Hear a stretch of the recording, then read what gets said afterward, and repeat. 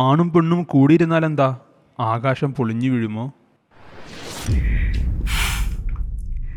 ആകാശം പൊളിഞ്ഞു വീഴും ചോദിച്ചാൽ, ആണും പെണ്ണും ഒപ്പം ഇരിക്കാൻ പാടില്ല എന്നുള്ളത് ഇസ്ലാമിലെ ഒരു റിലീജിയസ് റെസ്ട്രിക്ഷനാണ്, ഒരു മതപരമായ നിയന്ത്രണമാണ്. വേറെയും ഒരുപാട് നിയന്ത്രണങ്ങൾ സമൂഹത്തിലുണ്ട്. ഉദാഹരണം പറഞ്ഞാൽ, നിരത്തിലിറങ്ങി വണ്ടി ഓടിക്കണമെന്നുണ്ടെങ്കിൽ നമുക്ക് ലൈസൻസ് നിർബന്ധമാണ്. എന്താ, ലൈസൻസ് ഇല്ലാതെ വണ്ടി ഓടിച്ചാൽ ആകാശം പൊളിഞ്ഞു വീഴുമോ? അല്ലെങ്കിൽ സർട്ടിഫൈഡ് ആയ ഒരു ഡോക്ടർക്ക് മാത്രമേ ഹോസ്പിറ്റലിൽ ഒരു രോഗിയെ ചികിത്സിക്കാൻ പറ്റുള്ളൂ.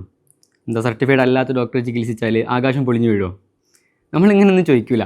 കാരണം എന്താ, നമുക്കറിയാം ചില നിയന്ത്രണങ്ങൾ സമൂഹത്തിൽ ആവശ്യമാണ്.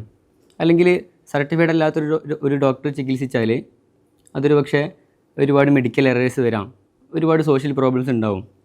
അതുപോലെ ലൈസൻസ് ഇല്ലാതെ വണ്ടി ഓടിച്ചാൽ സ്വാഭാവികമായിട്ടും അത് റോഡ് സേഫ്റ്റിയെ ബാധിക്കും, ആക്സിഡൻറ്റുകൾ ഉണ്ടാവും.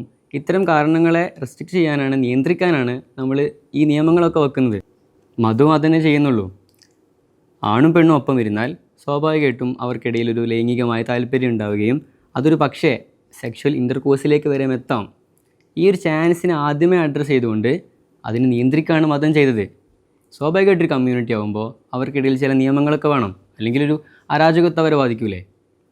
അതുകൊണ്ട് എല്ലാ നിയന്ത്രണങ്ങളെയും നമ്മൾ അംഗീകരിക്കുകയും മതത്തിൻ്റെ ചില നിയമങ്ങൾ മാത്രം, മതത്തിൻ്റെ ചില നിയന്ത്രണങ്ങൾ മാത്രം ഇത്ര സെലക്റ്റീവായിട്ട് പ്രോബ്ലമാറ്റിക് ആണെന്ന് വാദിക്കുന്നത് അതൊരു ഇരട്ടത്താപ്പാണ്.